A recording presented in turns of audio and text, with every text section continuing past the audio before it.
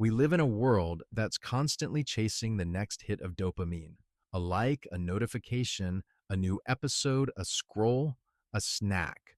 Tiny bursts of pleasure that keep us hooked. It's subtle, but powerful. Over time, we stop seeking fulfillment and start seeking stimulation. Dopamine addiction isn't just about drugs or alcohol, it's the compulsive use of anything that gives us quick pleasure. Social media, video games, binge watching, junk food. And the more we indulge, the less joy we find in the simple, slower parts of life. A walk, a conversation, reading, silence. But here's the good news. Dopamine addiction isn't permanent. It's a cycle, and cycles can be broken. The first step, awareness. You start noticing the cravings, the impulse to check your phone, the discomfort and boredom. You don't judge it, you observe it. That awareness alone creates a gap between you and the habit. Next comes detox. It's not glamorous. In fact, it's uncomfortable. You feel restless, anxious. Your brain, so used to constant hits, starts panicking in the quiet. But this is where change begins. By reducing those high dopamine activities, even for a few days, you reset your brain's sensitivity. Slowly, the smaller joys come back into focus.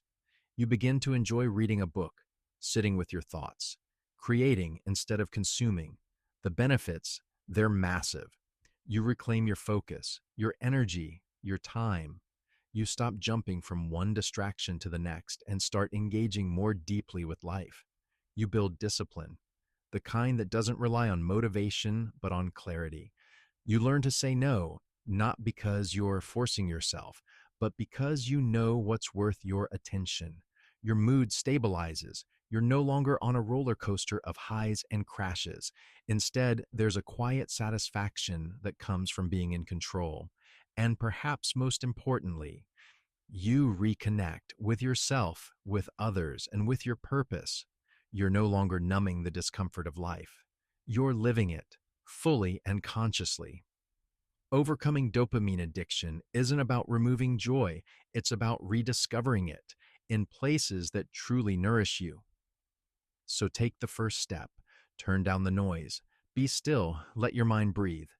You'll be surprised what you find when you stop chasing the high and start living the truth.